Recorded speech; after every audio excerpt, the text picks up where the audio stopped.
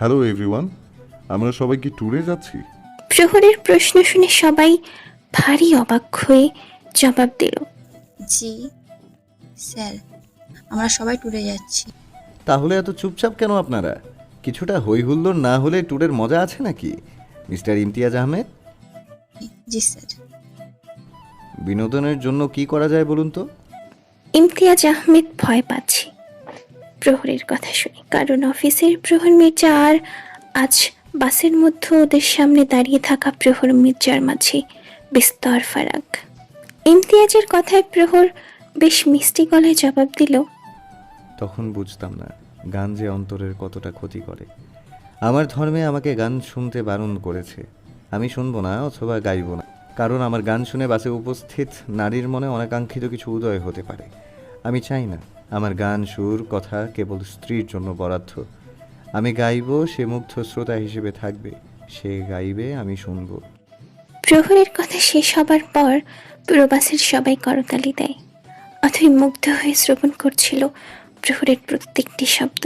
কাঠখোট্টা মানুষটার আড়ালে যে কতটা অমায়িক মনের মানুষ আজ তার সঙ্গ না দিলে বুঝতেই পারত না। বেশ কিছু সময় আড্ডা চলল। এরপর প্রহর সবাইকে বলল কিছু সময় ঘুমিয়ে নিতে।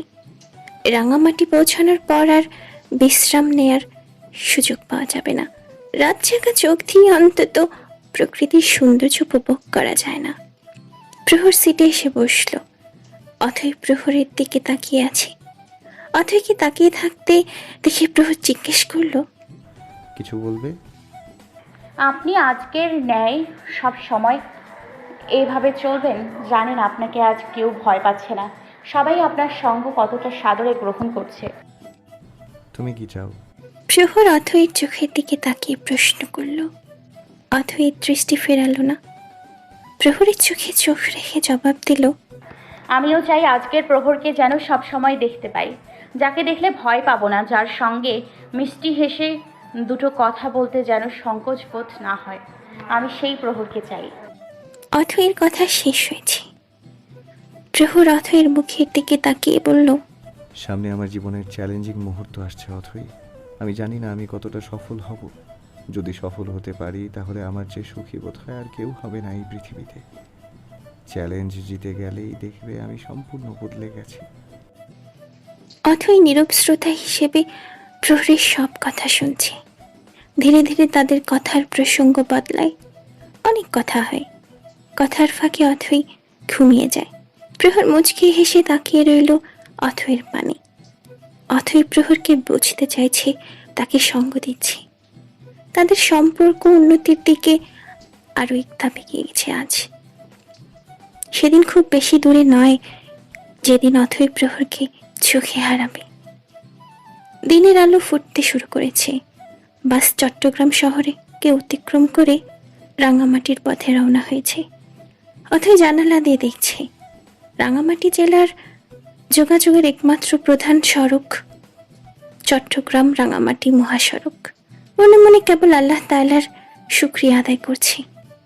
পাশে বেঘুরে ঘুমিয়ে আছে প্রহর, অথইর কাঁধে মাথা রেখে। অথই প্রহরের থেকে খানিকটা খাটো। বেচারার ভীষণ কষ্ট হচ্ছে কাঁধে মাথা রাখতে, তবুও ঘুমের মাঝে কতটা অ্যাডজাস্ট করে নিয়েছেন নিজেকে। অথই জানালার দিকে তাকিয়ে দেখল ধীরে ধীরে পাহাড়ের দেশে তারা প্রবেশ করছে। অথই প্রহরকে ডেকে তুলল। প্রহর ঘুম ঘুমু চোখে অথইর দিকে তাকিয়ে আছে। অথই আঙুল উঁচু করে জানালার দিকে তাকাতে বলল প্রহরকে। প্রহর জানালার দিকে তাকিয়ে দেখল পাহাড় দেখা যাচ্ছে। অথইর মুখের দিকে তাকাতেই প্রহর আবিষ্কার করলো অন্য এক অথইকে, যে কিনা আজকের পর থেকে প্রহরের কাছে সদা হাস্যোজ্জ্বল একটি মেয়ে হিসেবে পরিচিত। কতটা মুগ্ধ হয়ে দেখছে পাহাড়কে। এক ঘন্টার মধ্যে রাঙামাটি এসে পৌঁছালো সবাই। বাস থেকে নেমে সবাই যার যার ইচ্ছে মতো দল বানিয়ে ভিড়ের মধ্যে ছড়িয়ে ছিটিয়ে গেছে। অথই এবং প্রহর কেবল একা রয়ে গেছে। অথই প্রহরকে বলল, স্যার, আমরা এখন কি করব? সবাই তো যার যার ইচ্ছে মতো ঘুরে বেড়াবে। অথইর কথায় মন খারাপের সুর ভেসে এলো। প্রহরের মনে হলো এ যেন তারই মন খারাপের সুর, কি মনে করে প্রহর এগিয়ে এসে অথয়ের হাত শক্ত করে ধরে বলল, আজ আমি তোমার গাইড। আশেপাশের কিছু এলাকা থেকে তোমাকে ঘুরিয়ে আনবো, বিখ্যাত হোটেলে নিয়ে যাব এবং রাঙামাটি সম্পর্কে কিছু গুরুত্বপূর্ণ তথ্য বলবো। অথয় বিস্মিত হয়ে তাকিয়ে রইল প্রহরের পানে। গতকাল রাত থেকে প্রহরকে নতুন করে চিনছে। যতটুকু প্রহরকে জানতে পেরেছে ততটুকু পর্যাপ্ত নয়, আরও জানতে হবে প্রহরকে। প্রহর অথয়কে নিয়ে সর্বপ্রথম একটি রেস্তোরাঁয় গেল। ফ্রেশ হয়ে একটি টেবিলে বসলো। পাশেই অথয়। খাবার এলো আতপ চালের ভাত, লইট্টা শুটকি ভুনা, রূপচাঁদা মাছ ভাজা। খেতে খেতে প্রহর অথয়কে রাঙামাটি সম্পর্কে অনেক কিছু বলেছে। রাঙামাটি জেলার সর্বমোট আয়তন 6116.13 বর্গ কিলোমিটার। এটি আয়তনের দিক থেকে বাংলাদেশের বৃহত্তম জেলা। রাজধানী ঢাকা থেকে এ জেলার দূরত্ব প্রায় 308 কিলোমিটার এবং চট্টগ্রাম বিভাগীয় সদর থেকে প্রায় 70 কিলোমিটার। এ জেলার উত্তরে ভারতের ত্রিপুরা, দক্ষিণে বান্দরবান জেলা, পূর্বে ভারতের মিজোরাম ও মিয়ানমারের চীন রাজ্য, পশ্চিমে চট্টগ্রাম জেলা ও খাগড়াছড়ি জেলা। এটি বাংলাদেশের একমাত্র জেলা যার সাথে ভারত ও মিয়ানমার দুটো দেশের আন্তর্জাতিক সীমানা রয়েছে। রাঙামাটি জেলার প্রধান নদী কর্ণফুলী। এই নদী ভারতের লুসাই পাহাড় থেকে উৎপন্ন হয়ে রাঙামাটির উত্তর পূর্ব সীমান্ত দিয়ে ঠেগা নদীর মোহনা হয়ে এই অঞ্চলে প্রবেশ করেছে। কর্ণফুলী নদীর উপনদীগুলো হল কাঁচালং, মাইনি, টেঙ্গি, ঠেগা, শলক, রাইংখং। এছাড়া এই জেলায় রয়েছে বাংলাদেশের সর্ববৃহত্তম কাপ্তাই হ্রদ। এই উপনদীগুলো বর্ষাকালে যথেষ্ট খরস্রোতা থাকলেও শুষ্ক মৌসুমে নাব্যতা সহ পানির পরিমাণ প্রায় থাকে না। রাঙামাটি জেলার সর্বোচ্চ গিরিশৃঙ্গ থানাং বরকল উপজেলায় অবস্থিত, যার উচ্চতা 2409 ফুট বা 734.26 মিটার। এই পর্যায়ে এসে প্রহরকে থামিয়ে দেয় অথই। ষোড়শী কিশোরীর ন্যায় বায়না ধরল থাংনাং গিরিশৃঙ্গে যাবে। প্রহর বলল, আবার যখন আসবো তখন তোমাকে নিয়ে থাংনাংগিরি শৃঙ্গে ঘুরতে যাব। আমি আপনার সঙ্গে রাঙামাটি আসবো তার গ্যারান্টি কি? এমনও তো হতে পারে আমার বিয়ে হয়ে গেছে, তাই আমার বর আমাকে হাত ধরে হাতে পায়ে বেরিয়ে পড়িয়ে ঘর কোনো বানিয়ে রেখে দেবে। অথয়ের কথা শুনে প্রহর স্তব্ধ হলো। বলার মতো কিছু নেই। অথয় এত বোকা কেন? প্রহরের চোখের ভাষা কি এতটাই কঠিন? এই চোখের দিকে তাকালেই তো বুঝতে পারা যায় প্রহরের মনের কথা। কতটা চায় সে অথয়কে। আরে মেয়ে, তোমাকে নিয়ে কেন রাঙামাটি ঘুরতে আসবো তার মানেও কি বোঝো না? প্রহর ইচ্ছে করেই নিজের কপালে দুটো থাপ্পড় দিল। আর অথই বোকার মতো তাকিয়ে দেখল প্রহরের কাণ্ড কারখানা। তোমার সঙ্গে কথা বলে এখন সময় নষ্ট করার আমার কোনো ইচ্ছে নেই। জলদি খেয়ে নাও, বের হব। অথই প্রহরের মুখের দিকে তাকিয়েছিল। ভাবছিল বেচারা কেন তার কথা শুনে নিজের কপালে থাপ্পড় দিল। অথই রেগে আছে। রাগের তাপ এখনো প্রহর অব্দি পৌঁছায়নি। দেবীর আদলে গড়া সুনিপুণ মুখটায় রাগের আভাস ফুটে ওঠে অথইর। প্রহর আর চোখে তাকিয়ে তার বউটার রেগে যাওয়া মুখটাকে দেখছিল। দেখতে অবশ্য খারাপ লাগছে না, বরং আরো চমৎকার দেখাচ্ছে। কোনো মতে খাবার শেষ করলো অথই। প্রহর খাবারের বিল পরিশোধ করে অথইকে নিয়ে বেরিয়ে পড়ল। প্রহর এবং অথই এখন আছে তাবলছড়িতে। প্রহর একটি সিএনজি ডেকে ভাড়ার ব্যাপারে কথা বলল। ভাড়ার ব্যাপার মিটিয়ে অথইকে বলল সিএনজিতে উঠতে। অথই প্রহরের কথা মতো সিএনজিতে উঠে বসল। প্রহর অথইয়ের পাশে বসতেই সিএনজি চলতে শুরু করলো। আমরা এখন কোথায় যাচ্ছি? অথই প্রহরকে জিজ্ঞেস করলো। প্রহর মুচকি হেসে বলল, ঝুলন্ত ব্রিজের নাম শুনেছো না? ওখানেই যাচ্ছি। আপনি এর আগেও রাঙামাটি এসেছেন তাই না? মোট 4 বার এলাম। অথই এবার প্রকৃতির মায়ায় ডুব দিল। কথা বলে সময় নষ্ট করা যাবে না, প্রতিটা মুহূর্তকে উপভোগ করতে চায়। প্রহর মাঝে মাঝেই অথইয়ের দিকে তাকাচ্ছে। গেল 3বার বন্ধুদের সঙ্গে এসেছিল, এবার এসেছে নিজের স্ত্রীকে নিয়ে। গত 3বার এতটা আনন্দ অনুভব হয়নি এবার যতটা অনুভব করছে। রাঙামাটি শহরকে যেন নতুনই মনে হচ্ছে, হয়তো প্রেয়সী সঙ্গ দিয়েছে বলে। কাপ্তাই লেক কিংবা ঝুলন্ত ব্রিজ সম্পর্কে কিছু বলুন। বেশি সময় লাগবে না পৌঁছাতে, সিএনজি থেকে নেমে না হয় বলি। অথই প্রহরের কথায় মাথা নাড়িয়ে ঠিক আছে বোঝালো। মিনিট 10 মধ্যে কাঙ্ক্ষিত জায়গায় এসে পৌঁছে যায় প্রহর এবং অথই। প্রহর ভাড়া মিটিয়ে দিল। অথই চারদিকে তাকিয়ে দেখছে কত লোকের সমাগম। একটি হাত অথয়ের হাতকে মুঠোয় বন্দি করলো। অথই তাকিয়ে দেখলো প্রহরের পাশে এসে দাঁড়িয়েছে। অথই যখন প্রহরের দিকে তাকালো ঠিক তখনই প্রহর অথইকে বলল, যদি হারিয়ে যাও তাই হাত ধরেছি। আমি কি বাচ্চা? না, তুমি বাচ্চা হতে যাবে কেন? বাচ্চা তো আমি। আমার হাত ধরে রাখো, নয়তো আমি এই ভিড়ের মধ্যে হারিয়ে যাব। আমাকে কিছু দুষ্ট পাহাড়িরা এসে নিয়ে যাবে, তারপর কিডনি বেচে দেবে। প্রহরের ব্যঙ্গাত্মক কথা শুনে অথই হেসে বলল, হয়েছে, আর কিছু বলতে হবে না, এখন চলুন তাড়াতাড়ি যাই। প্রহর অথয়ের হাত ধরে এগিয়ে যাচ্ছে। যেতে যেতে কাপ্তাই লেক এবং ঝুলন্ত ব্রিজ সম্পর্কে বলছে অথয়কে। অথয় বেশ মনোযোগ দিয়ে শুনছে প্রহরের কথাগুলো বলতে বলতে প্রহর এবং অথয়ের দুজনের ফি 40 টাকা দিয়ে ঝুলন্ত ব্রিজের পথে পা বাড়ালো। কিসের টাকা দিলে? ঝুলন্ত ব্রিজে ঢোকার সময় কর্পোরেশনের লোকদের জন প্রতি 20 টাকা করে দিতে হয়। অথয় আর কিছু বলল না, কারণ ঝুলন্ত ব্রিজের উপরে আছে এখন ওরা। অথয় ব্রিজের দুলুনির ভয়ে প্রহরের কোণে শক্ত করে ধরল। প্রহর অথয়ের মুখের দিকে তাকিয়ে বলল, ভয় পেও না, আমি আছি তো। ব্যাস এই একটি বাক্যতে কি যেন ছিল। অথয় সম্মোহিত হয়ে পড়ল। প্রহরের দিকে তাকিয়ে রইল বেশ কিছু সময়। মানুষটাকে যত দেখছে ততই তার প্রতি ভালো লাগা বোধ বেড়েই চলছে। কিন্তু এমন তো হবার কথা ছিল না। মাত্র একটি রাতের একটি বাক্যের জোরে কি সব কিছু বদলে গেল?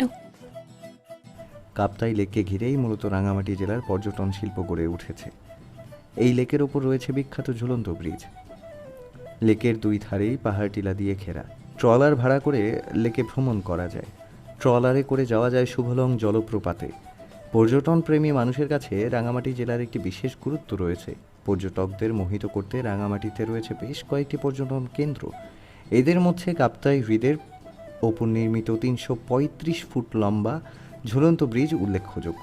রাঙামাটিতে ভ্রমণে আসা সকল পর্যটকই সিম্বল অফ রাঙামাটি হিসেবে খ্যাত ঝুলন্ত সেতুটি দেখতে আসে। কাপ্তাই লেকের বিচ্ছিন্ন দুই পাড়ের পাহাড়ের মধ্যে সম্পর্ক গড়ে দিয়েছে রঙিন এই ঝুলন্ত ব্রিজ। এই যে আমাদের পায়ের নিচেই কাপ্তাই লেক, এখানে দাঁড়িয়ে কাপ্তাই লেকের মনোরম দৃশ্য অবলোকন করা যায়। প্রহরের কথায় অথই তাকালো ডান বামে। আসলেই তো কি সুন্দর মনোরম দৃশ্য। আকাশের রং যেন জলের সঙ্গে মিশে গেছে। লেকের দুই ধারই সবুজাভ পাহাড় টিলা দিয়ে ঘেরা। আল্লাহর সৃষ্টির প্রশংসা না করে থাকতেই পারল না অথই। সুবহান আল্লাহ বলে উঠল। প্রহর অথইয়ের দিকে তাকিয়ে হাসল। এই বোটগুলো কোথায় যাচ্ছে?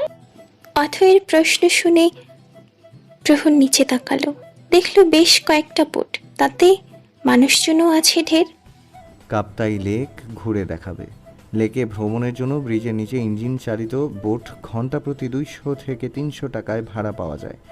ওই যে দেখছো কয়েকটা বোট, তুমি চাইলে একটা বোট ভাড়া করি, তারপর কাপ্তাই লেক ঘুরে আসি। কি বলো, যাবে তুমি? আরে না না, আমি যাব না, আমি সাঁতার জানি না। অথই ভীষণ ভয় পাওয়া গলায় জবাব দিল। প্রহর আর জোর করল না। ব্রিজের শেষ প্রান্তে চলে এলো ওরা দুজন। অথই বোধ হয় খানিকটা ক্লান্ত হলো। প্রহরকে এখনো বেশ ঝরঝরে দেখাচ্ছে। অথই ক্লান্ত গলায় প্রহরকে বলল, চলুন কোথাও গিয়ে বসি, আমার পা ব্যথা করছে। মাত্র ব্রিজ পার হয়ে তোমার পা ব্যথা করছে? এখনো তো কিছুই দেখলেই না রাঙামাটির। আরও কিছু আছে নাকি? কত কিছু দেখার বাকি। চলো পলওয়েল পার্ক অ্যান্ড কটেজে যাই, তুমি বসতেও পারবে আর ওখানকার পরিবেশও চোখ ধাঁধানো। আর একটা বিশেষ কারণ আছে, যেটা ওখানে গেলেই বুঝতে পারবে। প্রহরের শেষ কথার মানে বুঝতে পারল না অথই। প্রকুচকে বলল, কিসের বিশেষ কারণ? অথই আগে চলো তো, তারপর সব জানতে পারবে। পালওয়েল পার্ক অ্যান্ড কটেজটি রাঙামাটি জেলা পুলিশের তত্ত্বাবধানে ডিসি বাংলো রোডের পাশে কাপ্তাই লেকের ঠিক কোল ঘেঁষে তৈরি করা হয়েছে, যা সৃজনশীলতার ছোঁয়ায় হয়ে উঠেছে রাঙামাটির অন্যতম সেরাদন।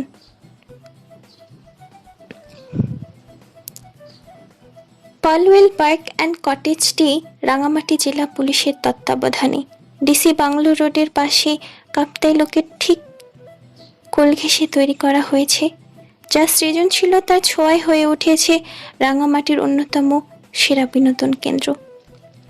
বৈচিত্র্যময় ল্যান্ডস্কেপ, অভিনব নির্মাণ শৈলী ও নান্দনিক বসার স্থান পালওয়েল পার্কটিকে দিয়েছে ভিন্ন ধরনের এক মাত্রা।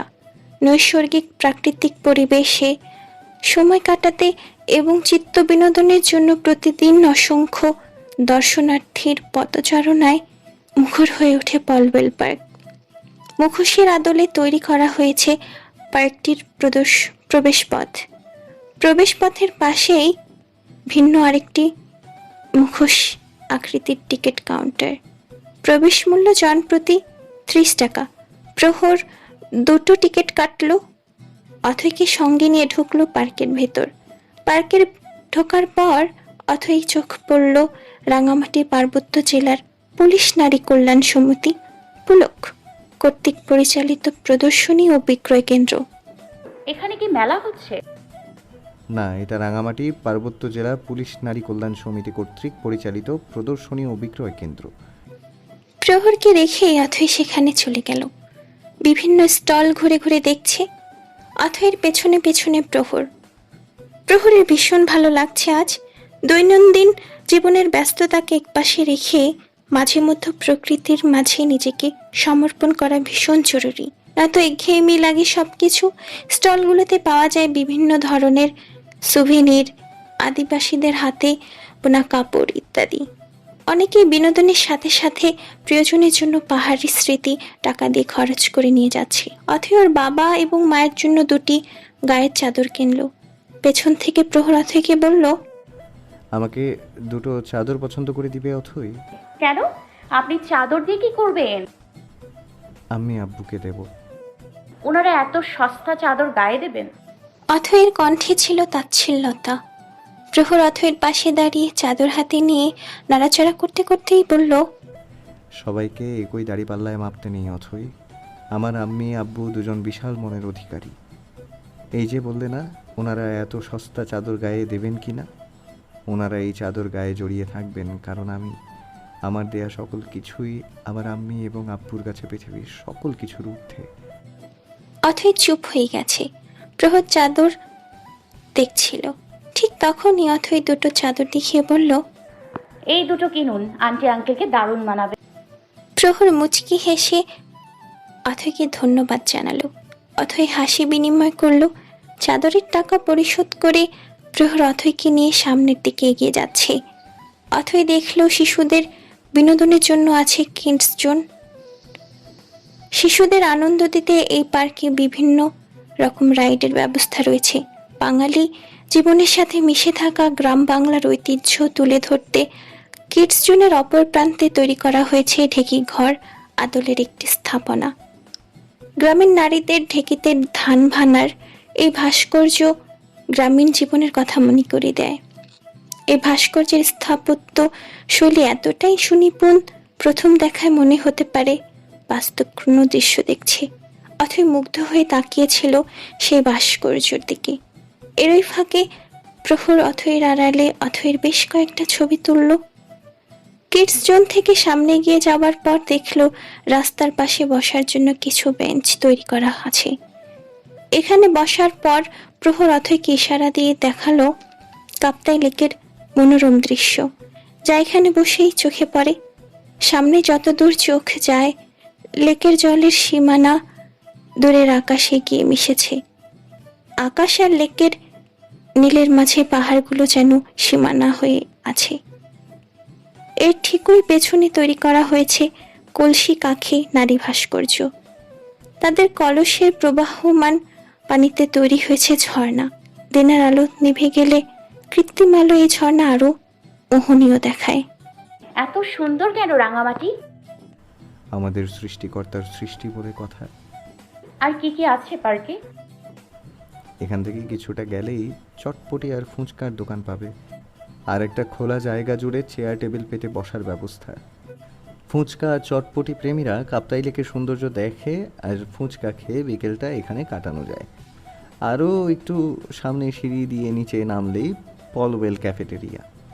মুখরোচক খাবারের সাথে আইসক্রিম আর কফিও পাওয়া যাবে এখানে। ক্যাফেটেরিয়া থেকে সামনে এগোলে ফিশিং পিয়ার। ফিশিং পিয়ার হচ্ছে এমন একটা স্তম্ভ বা প্ল্যাটফর্ম যেটা উপকূল থেকে শুরু হয়ে লেক, নদী, সমুদ্রের যেখানে পানির গভীরতা অনেক বেশি এমন দূরত্ব পর্যন্ত বিস্তৃত থাকে। আসলে জাহাজ, বড় নৌকাগুলো পানির গভীরতা কম থাকায় তীরে ভিড়তে পারে না, তাই পানি গভীর থাকে সব সময়। উপকূল থেকে এমন দূরত্ব পর্যন্ত ফিশিং পিয়ার তৈরি করা হয় যেন জাহাজ, নৌকাগুলো সহজেই সেখানে ভিড়তে পারে এবং নোঙর ফেলে অবস্থান করতে পারে। এখানে দাঁড়ালে কাপ্তাই লেকের দৃশ্য বেশ ভালোভাবে উপভোগ করা যায়। পলওয়েল পার্কের একেবারে শেষ প্রান্তে তৈরি হয়েছে লাভ পয়েন্ট। লাভ পয়েন্ট নাম শুনেছি আমি। আমার বেস্ট ফ্রেন্ড শিলা ওর স্বামীকে নিয়ে গতবার এসেছিল রাঙামাটি। তখন ওরা লাভ পয়েন্ট গিয়ে ছবি তুলে সামাজিক যোগাযোগ মাধ্যমে পোস্ট অবধি করে। যাবে লাভ পয়েন্টে? প্রহর হেসে জিজ্ঞেস করল অথৈকে। হাসিটা ভীষণ রহস্যময় মনে হলো অথৈর কাছে। পরক্ষণেই মনে হলো সবই স্বাভাবিক, শুধু সে নিজেই গোলমেলে চিন্তা ভাবনা নিয়ে ঘুরে বেড়ায়। প্রহর এবং অথৈ দাঁড়িয়ে আছে লাভ পয়েন্টে। অথৈ, তুমি কি জানো লাভ পয়েন্ট হলো পার্বত্য চট্টগ্রামের রাঙামাটিতে অবস্থিত একটি ভালোবাসার স্মারক বিশেষ। এটি মূলত এক দম্পতির ভালোবাসার স্মরণে নির্মিত হয়েছে। না তো, আপনি জানেন কিভাবে আর কাদের স্মরণে এই লাভ পয়েন্ট তৈরি হয়েছে? প্রহর দীর্ঘশ্বাস ছাড়ল। অথৈর মুখোমুখি হয়ে দাঁড়ালো। সূর্যের আলো অথৈর মুখের উপর পড়েছে। তীব্র বাতাসে এলোমেলো হয়ে যাচ্ছে অথৈর চুল। কপাল জুড়ে এলোমেলো হয়ে যাওয়া চুলগুলো অতি যত্ন সহকারে নিজের কানের পিঠে গুজে রাখল অথৈ। প্রহর অথৈর চোখে চোখ রেখে কম্পিত গলায় বলতে শুরু করলো, ভালোবাসার মানুষটাকে শক্তভাবে আঁকড়ে রাখতে কত কিছুই না করে প্রিয় মানুষটি। অনেকেই ছুটে যায় গণকের কাছে, কেউ বা শরণাপন্ন হন জ্যোতিষীর। এমনও হাজারো পাগলামের ইতিহাস রয়েছে পৃথিবীতে। কত গল্প, উপন্যাসই সৃষ্টি হয়েছে ভালোবাসার এসব পাগলামো নিয়ে। কিন্তু রাঙামাটিতে ঘটেছিল এক যুগলের প্রেমের করুণ পরিণতি। সদ্য বিবাহিত আলাউদ্দিন লিমার আলিঙ্গনে মৃত্যুর সংবাদটি দেশ ছাড়িয়ে বিদেশের মাটিতেও বেশ আলোচিত, আলোড়িত হয়েছে। ঘটনাটি ঘটে 2024 সালের মার্চ মাসের 19 তারিখে। ভাড়া করা নৌকায় যুক্তরাষ্ট্র প্রবাসী পর্যটক আলাউদ্দিন পাটোয়ারি তার সদ্য বিবাহিতা স্ত্রী আইরিন সুলতানা লিমাকে নিয়ে কাপ্তাই হ্রদে ঘুরতে বের হন। হঠাৎ ঝড়ের কবলে পড়েন তারা। ঝড়ের নৌকা দুলে উঠলে লিমা ভয়ে পানিতে ঝাঁপ দেন। স্ত্রীকে বাঁচাতে আলাউদ্দিনও হ্রদের জলে লাফিয়ে পড়েন। কাপ্তাই হ্রদে নিখোঁজ হন তারা। এই ঘটনার পর 2 দিন ধরে ওই দম্পতির খোঁজে পুরো কাপ্তাই হ্রদ চষে ফেলেন ডুবুরিয়ার উদ্ধারকর্মীর দল। তৃতীয় দিন সকালে রাঙামাটির অন্যতম পর্যটন স্পট ঝুলন্ত ব্রিজের অদূরে হ্রদে ভেসে ওঠে দুজনের মৃতদেহ। একে অন্যকে জড়িয়ে ধরা অবস্থায় ছিলেন তারা। মরণও যেন পারেনি দুজনকে আলাদা করতে। ভালোবাসার এমন বিরল দৃশ্য পার্বত্য শহর রাঙামাটির মানুষকে আপ্লুত করে। শুধু এই দম্পতি নয়, সারা পৃথিবীর সব প্রেমিক প্রেমিকার চিরন্তন ভালোবাসার প্রতি সম্মান জানিয়ে রাঙামাটির এমপি আলমগীর কবিরের উদ্যোগে এই পার্বত্য চট্টগ্রাম উন্নয়ন বোর্ডের পরিকল্পনায় নির্মিত হয় লাভ পয়েন্ট। আলাউদ্দিন লিমার ভালোবাসার গভীরতা তাদেরকেও যেন ছুঁয়ে যায়। পৃথিবীতে মানব মানবীর শাশ্বত ভালোবাসার মাহাত্ম্য নতুন করে তারা উপলব্ধি এখন কেউ বা চুপিসারে, কেউ বা প্রিয়জনের হাত ধরে লাভ পয়েন্টে ছুড়িয়ে দিয়ে আসে তারা। আর চাবি ছুঁড়ে ফেলা হয় হৃদয়ের জলে। এভাবেই ভালোবাসার মানুষটিকে আঁকড়ে রাখার নিরন্তর চেষ্টায় থাকেন প্রিয় মানুষটি। বেঁচে থাকুক পৃথিবীর সকল ভালোবাসা, পূর্ণতা পাক আলাউদ্দিন লিমার মতো অকৃত্রিম ভালোবাসা। অথৈয়ের চোখে জল চিকচিক করছে। প্রহর অদূর আকাশের দিকে তাকিয়ে আছে। ভালোবাসা শব্দটা হৃদয় ঘটিত শব্দ, ঠিক ততটাই প্রাণঘাতীও বটে। ভালোবাসা হারিয়ে যাওয়ার ভয়কে জয় করতে না পেরে কত মানুষ স্বইচ্ছায় মৃত্যুকে বরণ করছে তার ইয়াত্তানি। হুট করে প্রহর অথয়ের সামনে হাঁটু গেড়ে বসলো। অথয় বিস্মিত হয়ে তাকিয়ে রইল প্রহরের পানে। আশেপাশের অনেক দৃষ্টির কেন্দ্রবিন্দু ওরা দুজন। অথয় চায় না ওর জীবনে এমন একটা মুহূর্ত আসুক। সে চায় না প্রহরকে খালি হাতে ফিরিয়ে দিতে, কিন্তু প্রহরকে পাশে নিয়ে সারা জীবন বই বেড়ানোর মতো শক্তি যে ওর নেই। এই দৃশ্য যেন কেবল তার চোখের ভ্রম হয়। চোখ বন্ধ করে কেবল সৃষ্টিকর্তার কাছে দোয়া করেই যাচ্ছিল। ঠিক তখনই অথয় শুনতে পেল, তোমাকে আমি ভালোবেসে ফেলেছি অথই। কবে কখন মনের অজান্তে অমন অঘটন ঘটে গেছে টেরই পেলাম না। তোমার সঙ্গে ছুটিয়ে প্রেম করার স্বাদ আছে আমার, বৈধ প্রেম চাই আমার। উইল ইউ ম্যারি মি অথই? প্রহর অথয়ের সামনে হাঁটু গেড়ে প্রেম নিবেদন করল। আশেপাশের অনেক দম্পতি কিংবা চুরে আসা লোকজন তাদের দুজনকে ঘিরে দাঁড়িয়ে আছে। কেউ কেউ সিটি বাজাচ্ছে। প্রহরের ঠোঁটের কোণে হাসি আর অথয়ের চোখের কোণে জল। অথয় চায়নি কখনো ওর জীবনে এমন মুহূর্ত আসুক, কিন্তু সেই মুহূর্ত অনাকাঙ্ক্ষিতভাবে চলে এসেছে। এই যে প্রহর তার মুখ থেকে একটি হ্যাঁ শোনার জন্য দাঁড়িয়ে আছে। এখন তাকে কি জবাব দেবে? কি জবাব দিলে মানুষটা কষ্ট পাবে না? আর সে নিজেকে কি বলে সান্ত্বনা দেবে? মানুষটাকে মনের অজান্তে মন দিয়ে ফেলেছে। যেই প্রহর মির্জাকে দু চোখে সহ্য হতো না, সেই প্রহর মির্জাকে আজ ভালো লাগছে। মনে হচ্ছে তাকে নিয়ে বাকি জীবনের পথ চলা হোক। আই এম সরি, আমি অন্য কারোর সাথে কমিটেড। কথাটি বলে অথই দু হাত দিয়ে মুখ থেকে হাউ মাউ করে কেঁদে ফেলল। প্রহর স্তব্ধ হয়ে গেছে। আশেপাশের সবার মাঝে নেমে এসেছে নীরবতা। অথই কাঁদতে কাঁদতে প্রহরকে বলছে, আপনি কেন আমাকে পছন্দ করলেন? আমার যে ভীষণ অপরাধ বোধ হচ্ছে। প্রহরের মনে এতদিন একটু হলেও আশা ছিল অথইকে সে পাবে, কোনো না কোনো একদিন অর্জন করতে পারবে। কিন্তু আজ এই সব আশা সবগুলো ধুলোয় মিশে গেছে। প্রহর উঠে দাঁড়ালো, চোখের কোণে জমে থাকা জল মুছে ফেলল। অথয়ের সামনে এসে শান্ত সুরে বলল, ডোন্ট ক্রাই অথই, প্লিজ কান্না করো না। তোমার মাঝে অপরাধবোধ থাকার কোনো প্রয়োজন নেই। আমিই পাগল, কোনো কিছু না বুঝে শুনেই তোমাকে মন দিয়ে বসেছি। তুমি কি আমার কথা শুনতে পাচ্ছ অথই? শেষের কথাগুলো অথই দু বাহু ঝাঁকিয়ে জিজ্ঞেস করলো। অথই মুখের সামনে থেকে হাত সরিয়ে প্রহর চোখের দিকে তাকালো। দুজনের চোখাচোখি হলো, দুজনের চোখেই ভেজা। অথই আবারও হু হু করে কেঁদে ফেলল। প্রহরের বুক ভেঙে আসছে। ওর জীবনের সবচেয়ে ভয়াবহ এবং বিশ্রী মুহূর্ত বুঝি আজকের দিনে অথয়ের চোখে জল দেখায় হলো। যে মানুষটাকে বুকের অতি সুপ্ত জায়গায় লুকিয়ে রেখেছে ভালোবেসে, সেই মানুষটার চোখের পানি কি করে সহ্য করবে প্রহর? প্রহর অথয়ের চোখের পানি মুছে দিল। খুব স্বাভাবিকভাবেই অথয়কে বলল, আমাদের ফিরতে হবে অথই, সবাই অপেক্ষা করছে আমাদের জন্য। প্রহর সরে দাঁড়ালো। অথয় আকাশের দিকে তাকালো। সন্ধ্যা নামছে পৃথিবীর বুকে। পূর্ব আকাশে রক্তিমালয় ভরে উঠেছে। আজকের বিকেলটা কেমন বিষণ্ণতায় ঘেরা। অথই আর কিছু ভাবতে পারল না। ওর দু চোখ আবারও জলে ভরে উঠল। প্রহর অথয়কে সঙ্গে নিয়ে তবলছড়ি বাজারের উদ্দেশ্যে রওনা হলো। আসার পথে যতটা উৎফুল্ল ছিল দুজন, ফিরে যাবার পথে ততটাই বিষাদে ভরে গেছে তাদের জীবন।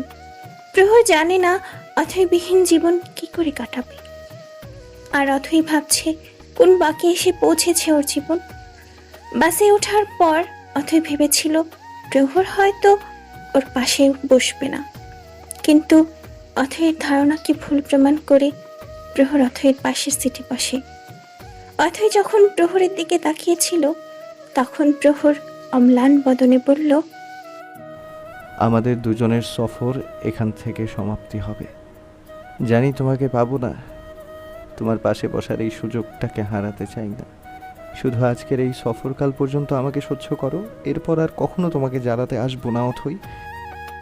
অথই ওর ভাষা হারিয়ে ফেলেছে। কি বলবে প্রহরকে? কিছু কিছু মুহূর্ত কেন অসহায় করে তোলে একটি মানুষকে? আজকের মতো এত অসহায় বোধ কখনো কি কাজ করেছে অথয়ের মাঝে? পুরো রাস্তা জুড়ে দুজনের মাঝে কেবল নীরবতা ছিল। যাত্রা বিরতিতে অথই নামলো না। প্রহর নেমেছে বাস থেকে, প্রকৃতির মাঝে দাঁড়িয়ে কেবল দুফোঁটা চোখের জল ফেলল।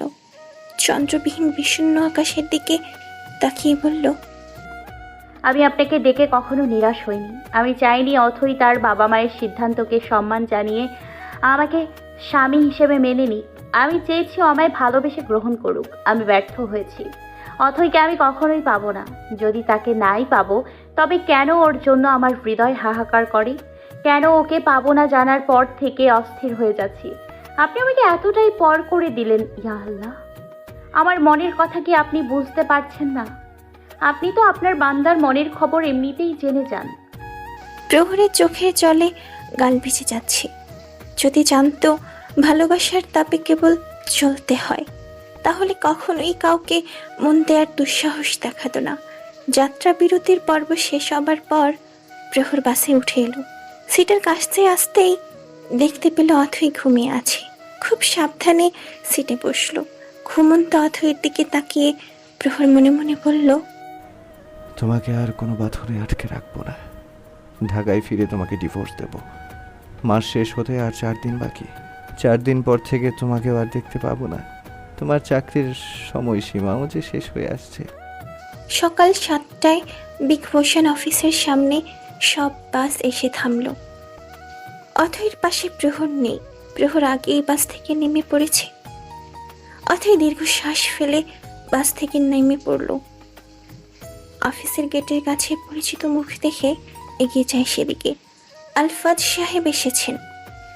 অথৈকে দেখে এগিয়ে গেলেন। অথৈ ওর আব্বুকে দেখে ঝরঝর করে কেঁদে ফেলল। আলফাজ সাহেব মেয়ের হঠাৎ কান্না দেখে আতঙ্কিত গলায় জিজ্ঞেস করলেন, কি হয়েছে অথই? এভাবে কাঁদছিস কেন? বল, আব্বুকে কি হয়েছে? কিছুই হয়নি। তোমাকে দেখে একটু ইমোশনাল হয়ে পড়েছি। কথা ঘুরিয়ে ফেলল অথই। ওর আব্বুকে কি করে বলবে যে, আব্বু আমি প্রহরের জন্য কাঁদছি, আপনার পছন্দ করা পাত্রকে আমার চাই না, আমি প্রহরকে চাই। আলফাজ সাহেব মেয়ের কথায় সন্তুষ্ট হলেন না, তবে ব্যাপারটাকে বেশি ঘাটলেন না। একটি রিক্সা ডেকে বাড়ির পথে রওনা হলেন। আমি কি রে আব্বু, তুই এসে পড়েছিস? নাফিজা রান্নাঘর থেকে বেরিয়ে ছেলের মুখে হাত দিয়ে বলল। প্রহর মলিন হেসে বলল, আমি একটা কথা বললে রাখবে? নাজিফার কপালে চিন্তার ভাঁজ পড়ল। কি এমন কথা? রাঙামাটি থেকে বাড়িতে এসেই কি বলতে চাইছে প্রহর? আবার কোনো বিপদ হলো না তো? আপনি রেজওয়ান আঙ্কেলকে বলুন অথয়ের সঙ্গে আমার ডিভোর্স লেটার তৈরি করতে। ইন্না নিল্লিহা, কি বলিস এসব প্রহর? অথৈকে ডিভোর্স দিবি কেন? আল্লাহ চাইলে তোরা দুজন সংসার করবি। কথাগুলো বলতে বলতেই নাজিফা প্রহরের মলিন মুখখানা দেখে যা বোঝার বুঝে ফেলল। ছেলের ওপর দিয়ে আজ বহু ঝড় গিয়েছে। বড় ধরনের কিছু ঘটেছে তাদের আড়ালে। যে ছেলে অথৈকে দেখার পর থেকে কেবল অথৈকে ওর পৃথিবী বানিয়ে রেখেছে, সেই অথৈকে নিজের জীবন থেকে সরিয়ে দেওয়ার সিদ্ধান্ত নিয়েছে প্রহর। অথৈদের বাড়িতে অথৈ সেই যে ওর ঘরে ঢুকে দরজা বন্ধ করে দরজা বন্ধ করেছে, এখনো দরজা খুলেনি। দুপুর গড়িয়ে বিকেল হতে চলল, তবুও দরজা খুলছে না অথৈ। সাবিনা বেশ কয়েকবার অথৈকে ডেকে গিয়েছে, কিন্তু অথৈয়ের দরজা খোলার নাম গন্ধ নেই। এবার সাবিনার বেশ দুশ্চিন্তা হচ্ছে, মেয়েটা ঠিক আছে তো? রাঙামাটি থেকে আসার পর এমন অদ্ভুত আচরণ করছে কেন কে জানে। প্রহরকে কল করে জিজ্ঞেস করবে নাকি? না থাক, প্রহর যদি আবার কিছু মনে করে। সাবিনা আর প্রহরকে কল করলো না, আলফাজ সাহেবের নাম্বারে কল করলো। আলফাজ সাহেবকে বাড়িতে আসার কথা বলেই কল কেটে দিল। মেয়ের দরজার সামনে দাঁড়িয়ে মেয়েকে ডাকছিলেন, ঠিক তখনই গগন বিদারীর চিৎকার শুনে ভয়ে সাবিনার অন্তরাত্মা কেঁপে উঠল। সাবিনা দৌড়ে বারান্দায় গেলেন। নিচে তাকিয়ে দেখলেন কিছু মানুষ জড়ো হয়ে আছে, হয়তো মারামারি হচ্ছে এলাকার ছেলেদের মধ্যে। হঠাৎ চিৎকার শুনে অতিরিক্ত ভয় পেয়ে গিয়েছিলেন সাবিনা। স্বস্তির নিঃশ্বাস ফেললেন। তারপর অথৈকে ডাকার জন্য ওর রুমের দিকে পা বাড়ায়। গিয়ে দেখলেন অথৈর রুমের দরজা খোলা। ভেতরে ঢুকলেন সাবিনা।